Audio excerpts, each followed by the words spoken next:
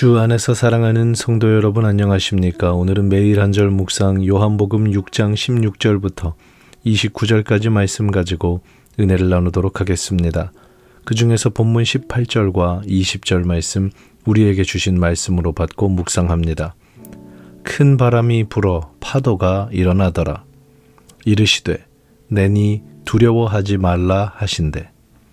사랑하는 성도 여러분, 예수님께서는 오병이어의 기적을 행하셨습니다.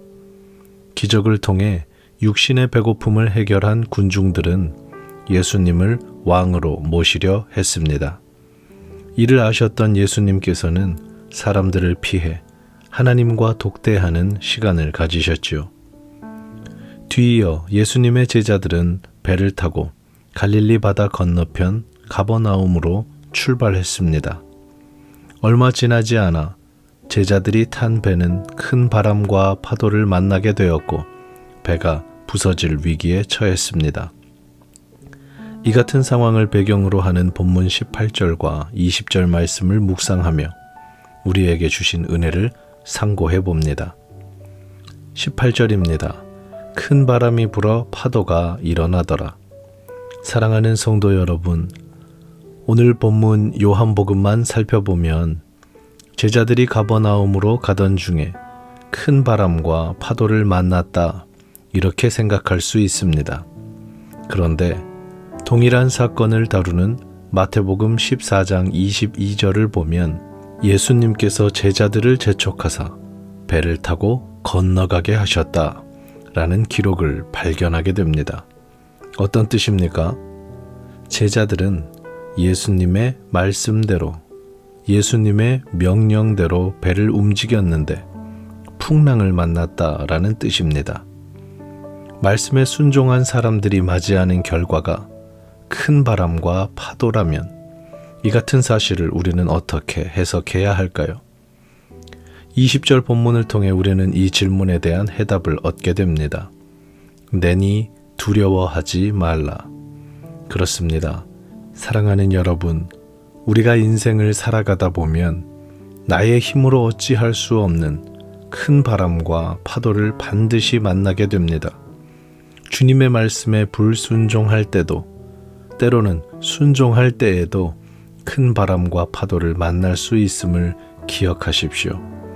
신앙이 있는 사람이든 없는 사람이든 동일하게 이 위기들을 겪는다는 뜻입니다.